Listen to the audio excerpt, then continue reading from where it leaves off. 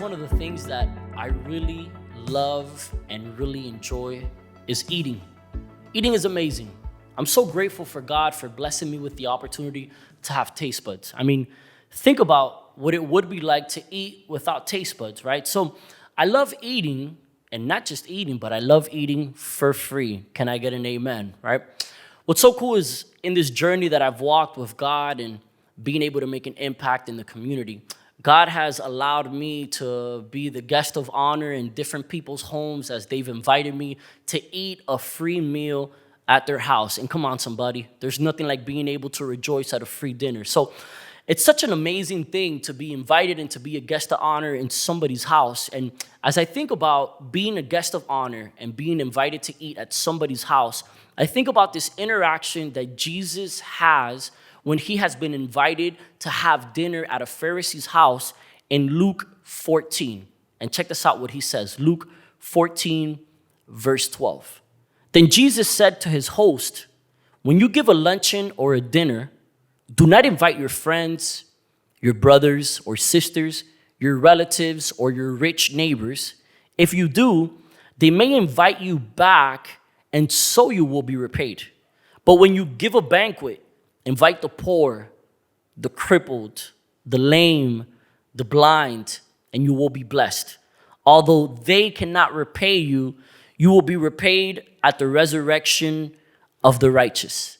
Man, I love this because as I've had an opportunity to be invited and be the guest of honor at somebody's house, Jesus in the book of Luke actually displays love and acceptance towards the outcasted and those that have been marginalized by society. And he actually tells the individual who's invited him to dinner, he says, don't invite the rich people. Don't invite those that can repay you by inviting you back, but actually invite those who cannot repay you. Invite the crippled, invite the broken, invite the poor, invite those that have been outcasted. You know, I think for us, when we think about eating somewhere and having a dinner or having a meal with somebody, there is a sense of intimacy. So even though they're talking about dinner at somebody's house, what Jesus is really saying, invite those who are broken to be in your life, for you to have a relationship with them. So you know what's interesting is I think most of us tend to eliminate people that are different than us, right? We don't invite them in and build relationships with them, but we want to be around those that look like us, that talk like us, that smell like us, and especially those that can repay us as we build relationships with them. But Jesus here says the complete opposite. Do not push away those that are broken and are different, because those are the people that you need to build relationships with. I think we also tend to neglect those whose situation brings us discomfort and pain. But Jesus here says, share in the pain of those that are broken and allow yourself to have a relationship with these kinds of individuals. Don't just think about yourself. Don't think about selfish needs, but invite those who you could help out and who you could extend their hand to in order for them to feel loved, accepted, and blessed. You know, for me, I worked for the Miami Rescue Mission for some time. And there you will see individuals that are wrestling with brokenness and homelessness and substance abuse. And I was reminded that there were moments in my life where I would be driving and I would stop at a red light and an individual would walk past my window asking for money.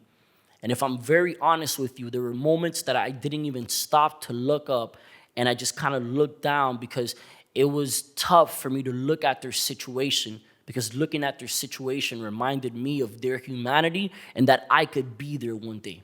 I think for most of us, sometimes it's easier to ignore people who seem like they have no hope of being repaired. But God actually calls us to reach out to those kind of individuals, those that need his love and need his acceptance, because he has the possibility of changing and restoring their lives. So God is calling us to invite those who cannot repay us, to build relationships with the broken. Because you know what? When you invite somebody who can repay you out to dinner, you get the blessing of man as they repay you. But when you invite those who cannot repay you, you get the blessing of God.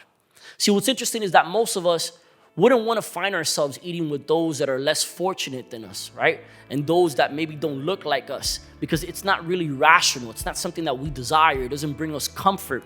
But I'll tell you something, faith is not rational. Faith is relational.